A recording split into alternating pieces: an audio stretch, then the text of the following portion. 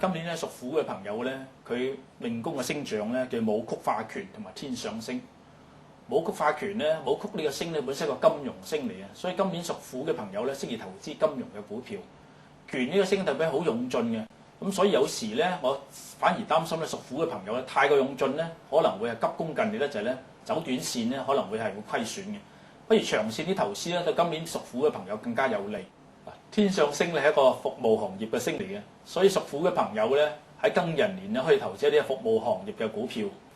至於天廚星咧，亦都入咗係屬虎嘅朋友嘅流年嘅命宮啦。飲食嘅股票咧，亦都適合咧係屬虎嘅朋友去投資嘅。不過切戒急功近利，短線炒咧就唔係一定係太好嘅，反而長線投資咧比較有利啲嘅。